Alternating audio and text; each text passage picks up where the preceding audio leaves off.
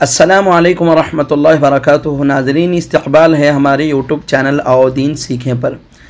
1 अगस्त को मौलाना सलमान हुसैनी नदवी हदाकल्लाह दारुल नदवतुल उलमा लखनऊ तशरीफ़ ले गए और वहाँ पर मौलाना सईदुर रहमान साहब आज़मी दामत बरकातुहुम से मुलाक़ात की।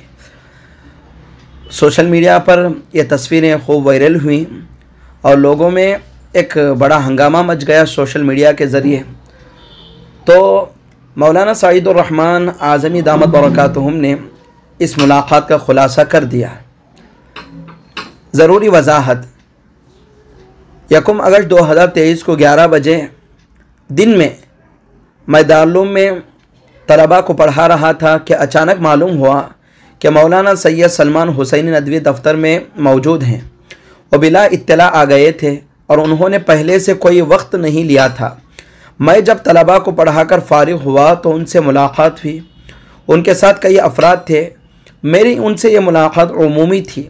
जहाँ तक सहाबा इकराम से मुताल्लिक़ उनके मौक़िफ़ की बात है तो ज़ाहिर है कि ना उनकी तायीद की जा सकती है और ना इससे नदवतुल उलमा और उसके अफराद का कोई ताल्लुक़ है।